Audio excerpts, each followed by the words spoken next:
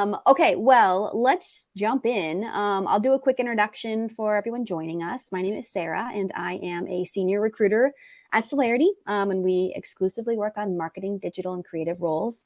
And joining me is my pal, Adam Lofquist, who is a pretty long time freelancer in the digital marketing space. So thought he would be great to chat with about how freelancing works, even just from his own perspective, as well as how it can look working with a recruiting agency potentially for more opportunities. So thanks for joining me. I'm so happy to be here. Thank you. Yeah. So before I dive in with some questions for you, I figured I'd just kind of touch on what I see at least as the difference between sort of freelancing and consulting. And it can look a lot of ways, but typically when I think about freelancing, usually a freelancer is working with multiple clients at the same time. And it could be super short-term, projects. Like sometimes there's like end of year work. Sometimes it could be years, I feel like I've heard of. So, but usually you're working with several people. Maybe you're immersed in the team, maybe you're not. But then consulting, which we also do plenty of at Celarity, those are typically longer term, typically more like full-time hours. So you're really immersed in the team and the company and really are a part of that in a more full-time capacity, which does happen in freelance too, just not as much. So definitely. Curious, have you ever done contracting or has it just been permanent roles and freelancing? I've done a few contracts, yes. Okay, sweet. So you kind of know how they both work. Exactly. Yes, I have kind of experience all over the board. Yeah, awesome. Well, how did you initially get into freelancing? Was it like 5 years ago? Yes, 5 years ago. So was at a job and just always knew I wanted to be out on my own. It was just thinking about like if I wanted to start a business or grow a business and how that would look. And freelancing just really came across as a great opportunity. You like you said, we get to work with a lot more clients, a lot more people, work on different roles, and the ability to do that often was really enticing to me. And it's kind of one of those things that while I was trying to figure out what I wanted to do, it kind of just fell into my lap. So I had was working, knew a person who introduced me to my first client. I started working with them, and that led to another one, and kind of built out into the freelancing landscape. So just really kind of by taking on one thing and seeing how it went and learning that I liked it, and growing from there. Yeah, I feel like a lot of people have a similar experience. It's kind of that like snowballing effect.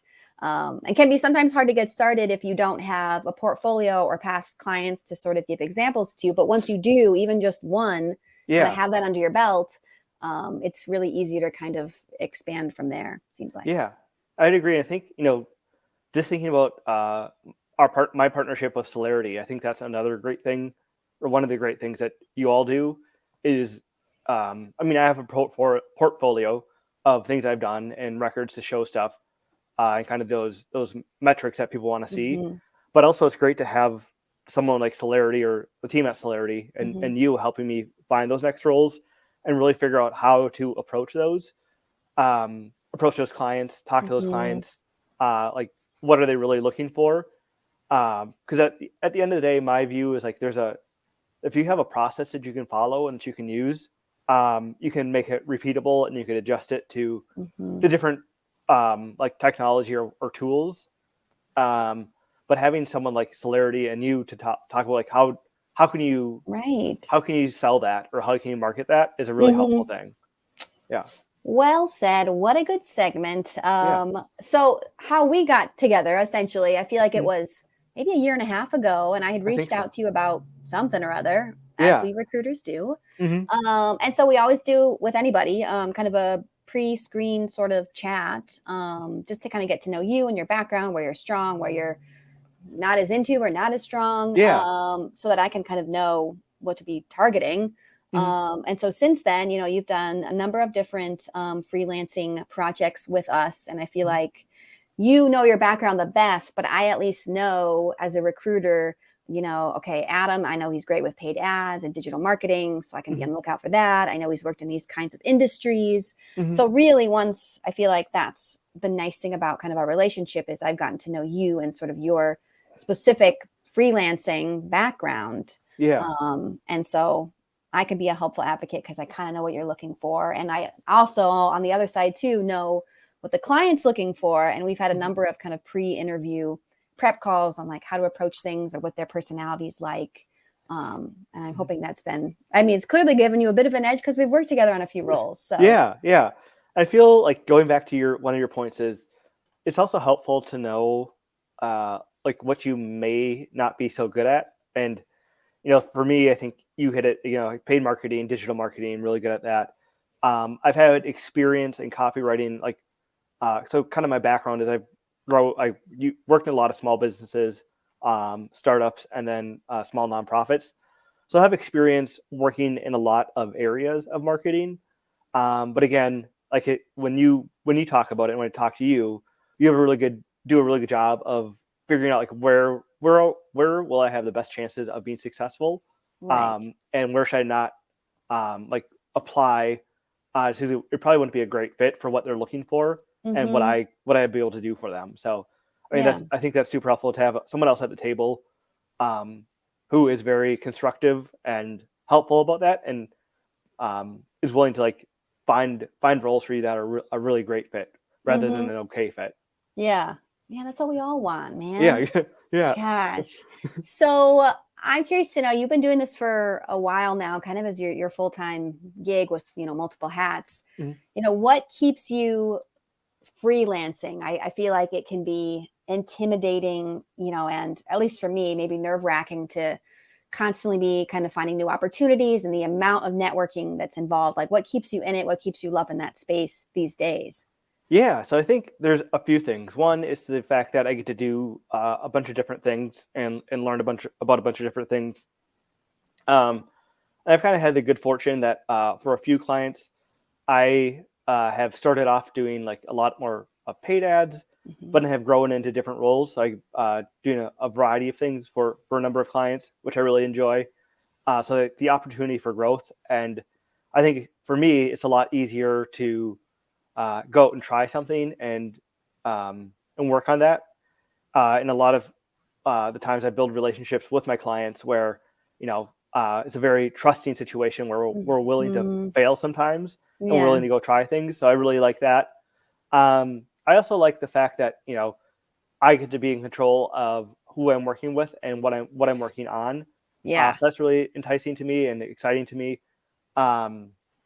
And also the kind of the freedom that it gives me. So a lot of times, definitely working, but I feel this is also kind of where the workforce is going. But it's nice if it's a nice day out and you want to go outside for a run, or if you want to get outside for a bike ride, you can do that in the middle of the day, and you can be working at night. And that's kind of where what I've realized is that kind of in the sometimes in like late afternoon, mid afternoon, I'm not that productive. So I'll be outside and just doing other things, and then work in the morning and at night, and that's so nice too. And like it's just a great way to work with people and to like really be in control of where you're going and what you want to do. So I feel one of the things I would say is that you're never really all in control of what you're doing. You have to work with a client, but at least you have that opportunity to be, if you're working with a client, it's just not working out for some reason, or you want to do something else, you can always leave that relationship or leave that partnership, obviously in a productive way. But it's, you get to figure out like, is this really working out for me?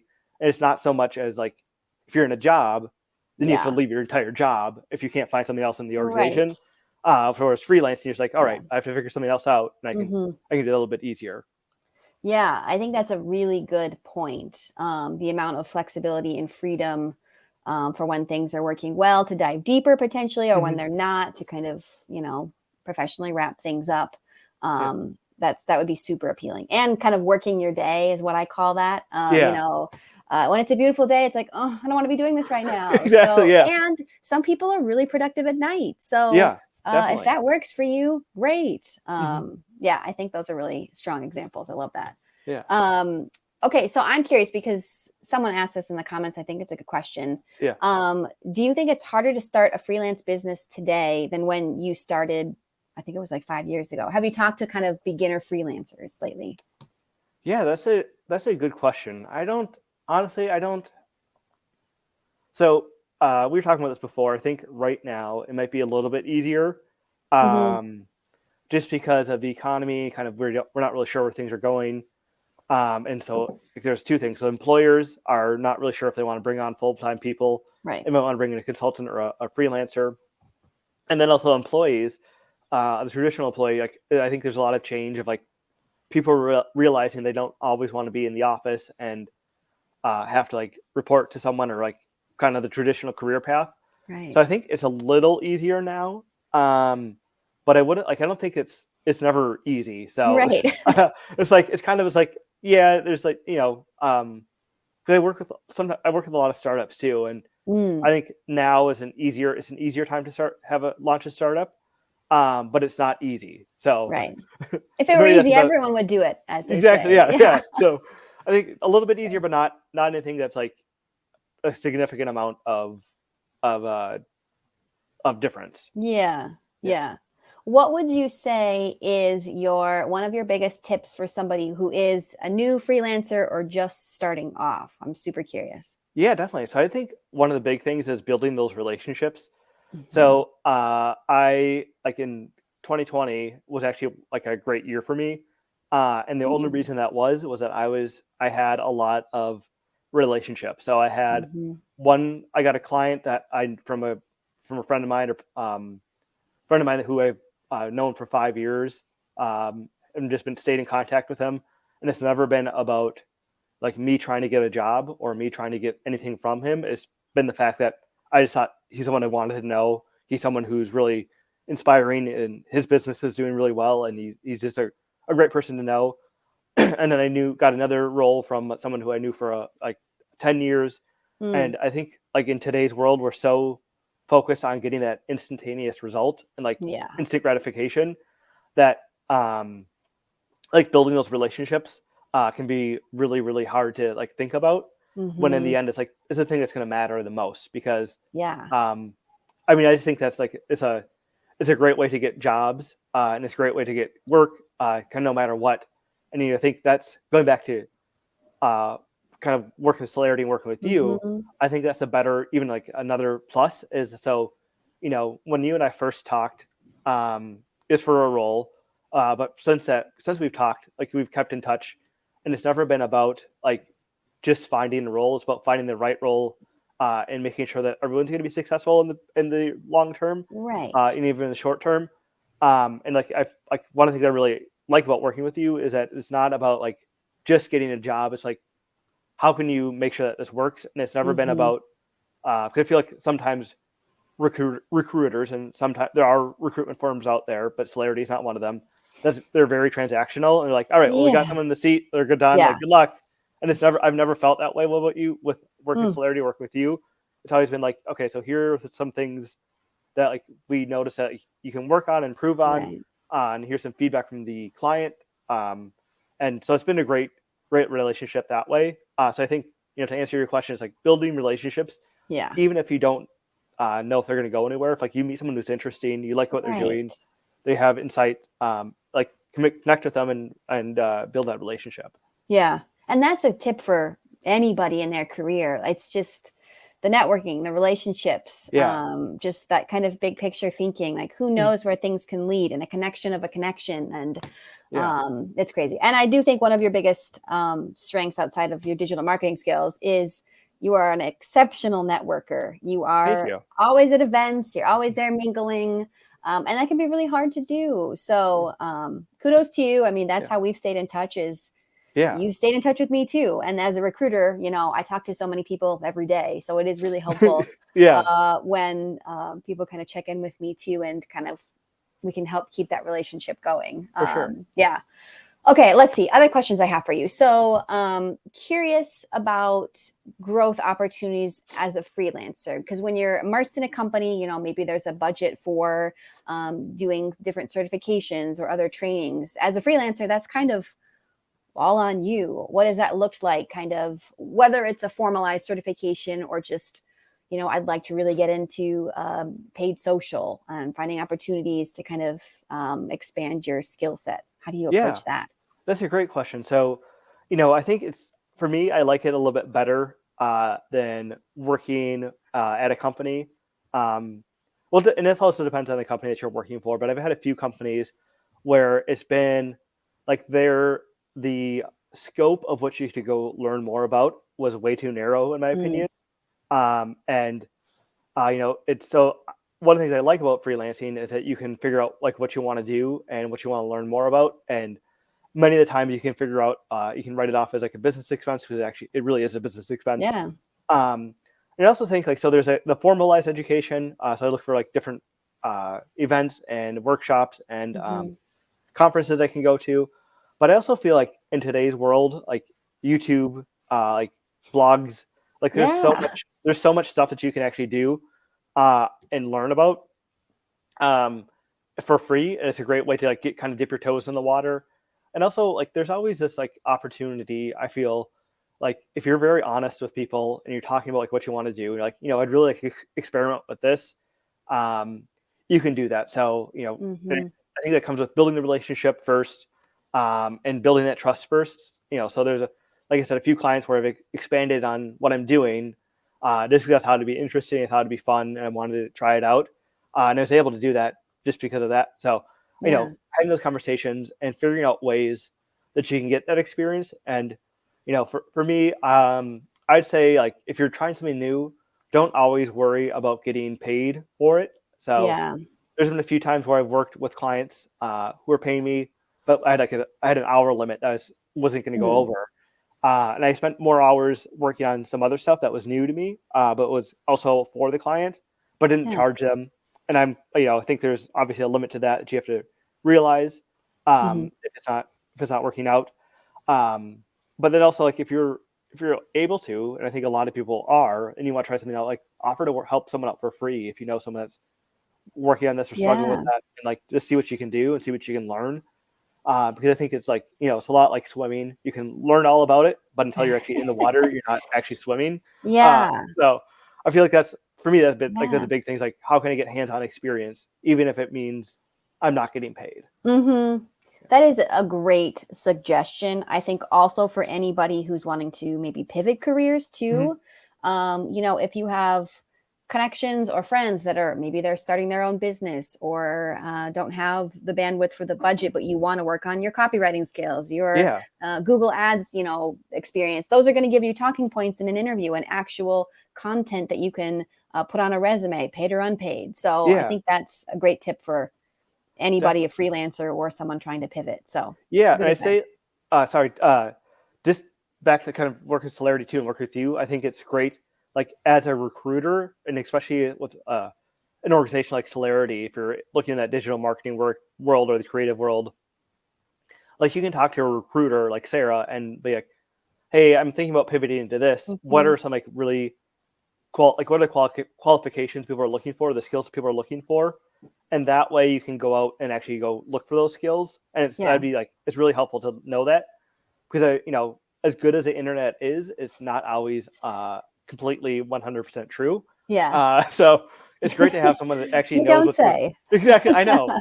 It's hard to believe, but there are some fake things on the internet.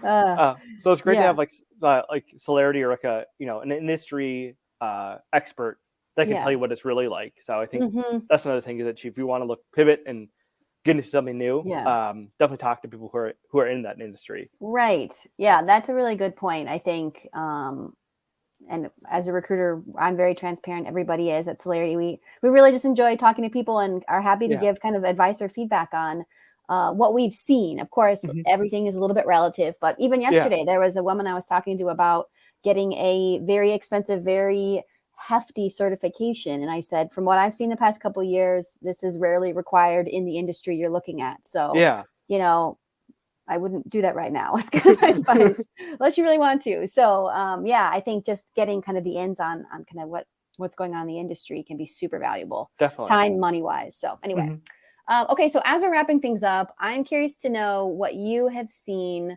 freelance wise. Are there certain types of marketing specific roles that are more common in the freelancing space versus permanent? Yeah. So I think, it depends as always, but I think there's a lot more specialists that people are looking for. And there's space for both, but like people, when they're hiring a freelancer, they're usually looking to fill, like you said, a short-term or shorter term project that's very specific on what they're doing. So I think like looking at like, so most majority of them are going to be those specialist roles, but there's always room for like a generalist. So I think where it depends on the size of the organization too. So if you're in a medium to larger organization, it's going to be a lot more focused on specialists. Where if you're in a startup or a smaller company, they're going to be looking for someone who's more of a generalist. So I think there's room for both. And it's depending on what you're looking for and depending on what your skill set is, it's really kind of open to everything. But it really depends on who you like, what kind of company you like working for. Right. Yeah, I think that's good advice. And I do feel like that's what I see too. There's tons of freelance opportunities anywhere from, copywriters to even graphic designers, whether that's like a quick turn project, obviously lots of kind of paid media too. But I do feel like it kind of runs the whole gamut, which is good. Like you said, space for everybody. You just kind of want to think about, what do you want to do with your time? Do you like being a generalist? Do you like doing all things paid media? Some people don't. So don't go that route if you don't want to. Definitely. Anyway, awesome. Well, thank you again for joining. I hope this was really helpful to people, just to get to hear a conversation between somebody who has been freelancing and working with me and Celarity, and kind of what that has looked like. So I urge anyone joining, if you're not connected to Adam or I on LinkedIn, yes, definitely, we're both out there all day, every day. So exactly, yes, definitely, befriend us and hang out. Anyway, all right. Well, thanks again, Adam. Thank you, Sarah. Have a good rest of your day, and I'll talk to you later. Sounds great. Thank you so much. Yeah, see ya.